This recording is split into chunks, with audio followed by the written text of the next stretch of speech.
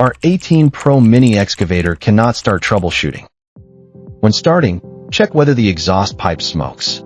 If smoke is emitted, first confirm whether the main power switch is working properly. It is necessary to check the condition of the electronic pump. If the electronic pump has power, it means that the vehicle system is powered on and the main power switch is normal.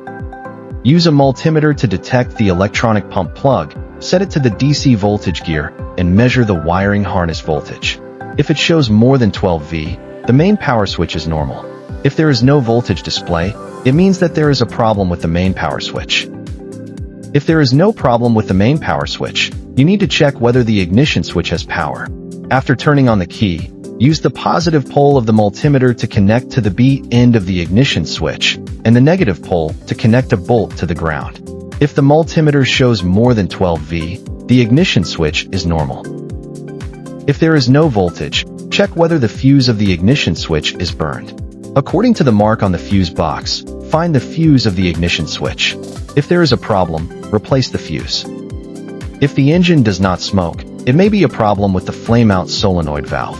First, check the fuse of the flame-out solenoid valve. According to the mark on the fuse box, find the fuse of the flame-out solenoid valve, unplug it, and check whether it is burned. If it is burned, replace it with a new fuse. If the fuse is intact, continue to check the power supply of the flame-out solenoid valve. Find the flame-out solenoid valve plug under the seat. Use a multimeter to detect. After turning on the key, the multimeter shows more than 12 V, indicating that the holding coil of the flame-out solenoid valve has power. Try to start the machine and check whether the quick suction coil has power. The multimeter shows more than 10 V, indicating that the quick suction coil has power. If the holding coil and the quick suction coil are normal, but the machine still cannot start, it means that the flame-out solenoid valve may be damaged and a new solenoid valve needs to be replaced.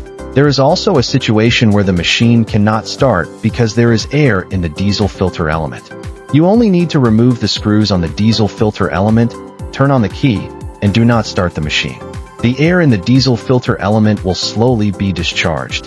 The machine can start normally. The above is the troubleshooting method for the R18 Pro Mini Excavator that cannot start. I hope it can help you.